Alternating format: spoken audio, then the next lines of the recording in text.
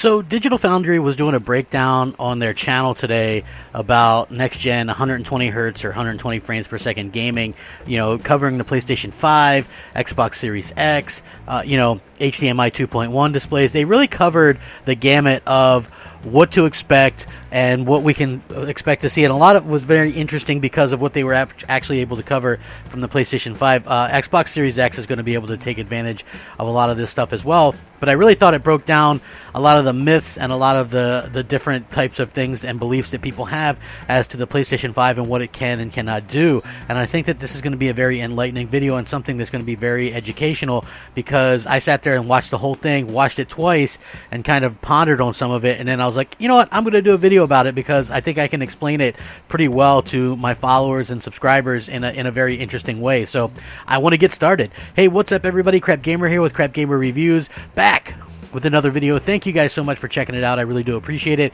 Please like, share, subscribe. I would appreciate that as well. It helps out the channel and it means a lot to me personally. If you guys wouldn't mind, please hit that bell so you're notified of everything as soon as it drops. That would be absolutely incredible. And if you guys wouldn't mind, hit the like button. A simple like goes a long way. Shout out to all the old subscribers, new subscribers, everybody in between.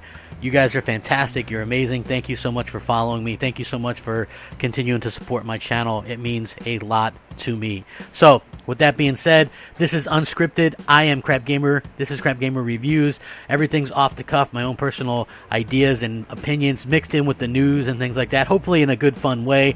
But I also hope that the passion for gaming that I have comes through to everybody as well, because it is so passionate. I am so passionate about all this stuff, and I love talking about it. So, with that being said, let's get started, shall we? So they were talking about the differences between, what we have now and the possibility for the 120 frames per second games. Now, first of all, yes, the PlayStation 5, they confirmed 100% capable of doing 120 frames games. Obvious, right? Because there's a couple games already confirmed for this. Not only that, but you had Polyphony Digital talk about wanting to do 120 frames for the next Gran Turismo game as well. So we know it's more than capable. We know that the Xbox Series X is too, but I'm going to focus more on the PlayStation 5 for this particular video.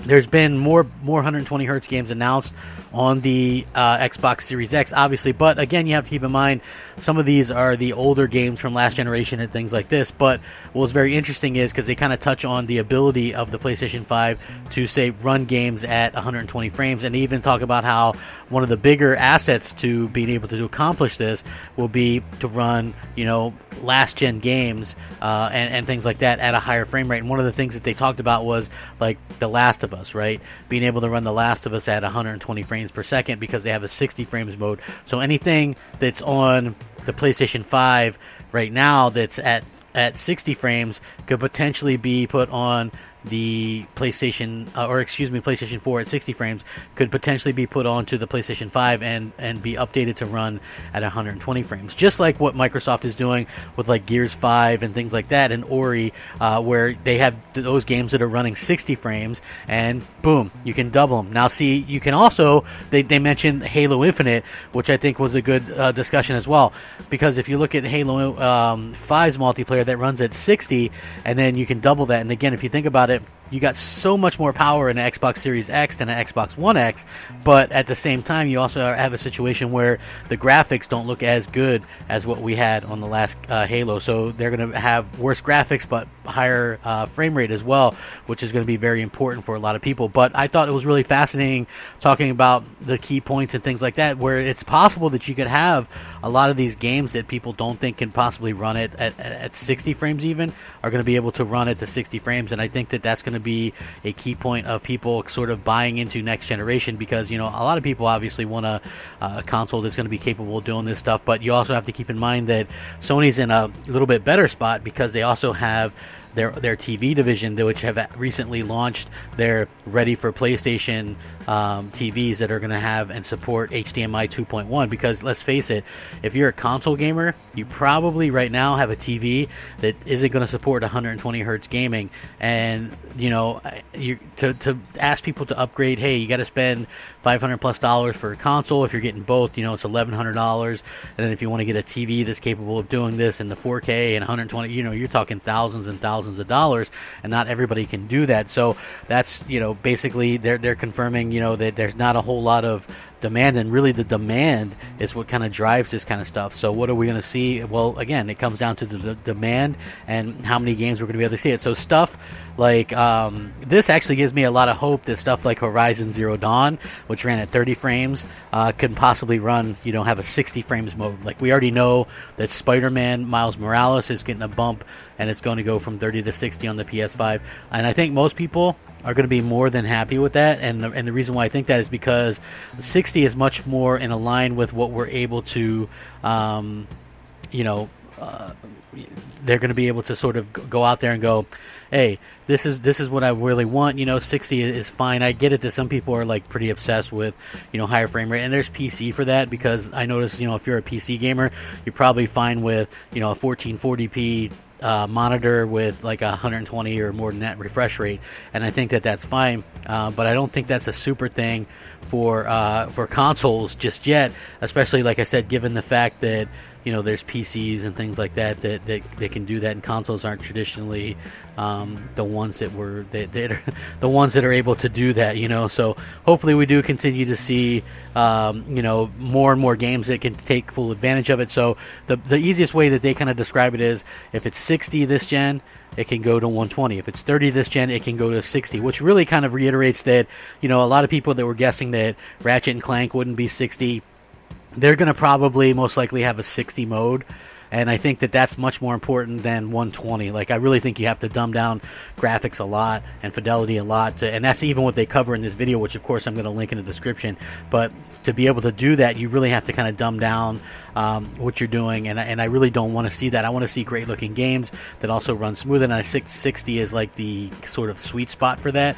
So I hope they continue to do that. But again, so we're going to keep seeing like these advantages, and we're going to keep seeing these games sort of come out that are going to be able to take full advantage of it. Like, they did a really cool display of like Uncharted 4, right? And they have this really cool technique where they can render it at 60 or whatever. It's because they play it in the slow motion mode, and then they double the speed on the capture, which is very interesting. There's also, I used to be able to do, before I got a 60 frames capture card, I used to be able to sort of, through my Sony Vegas Pro, do double pass on it and make a 30 game look like 60. It took a long time to render it that way, but it was really a good indication of how games can look at 60 frames, and they can look really, really good. I agree. I'm a frame rate, I think 60 is good.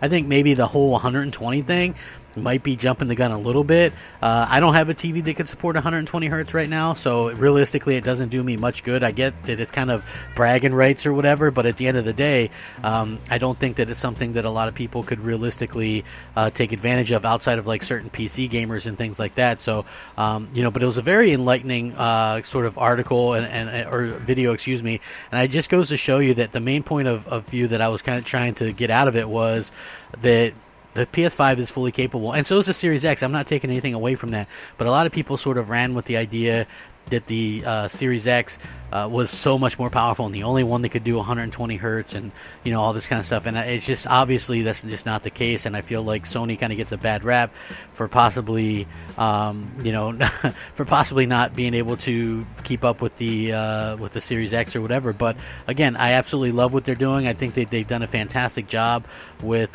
sort of getting the news out there about the specs and the different things that can be done with it. So I'm very excited about the future, and I'm very excited to see what Sony and even Microsoft can do. But again, I think that a lot of the 120 frames per second stuff is realistically not something that's super needed, just because again, we don't have the TVs, we don't have the support to be able to do that kind of stuff to begin with. So again, they cover it really well. Basically, they 100% out there and confirm PS5 fully capable of doing 120 hertz games. Even the Xbox Series X, and even mentioned that there's limitations to it as well, like certain side scrollers or racing games or like linear shooters and things like that. Stuff with multiplayer where the fidelity of the graphics are kind of dumbed down to begin with to get a better frame rate. So I really thought that was really cool of them to kind of come out there and really confirm that and make it pretty obvious. So again, a lot of people that want to compare the two, this is something that I can honestly say, hey, you can compare them all you want. There's not a huge difference there, no matter how you want to slice it. PlayStation 5, more than capable.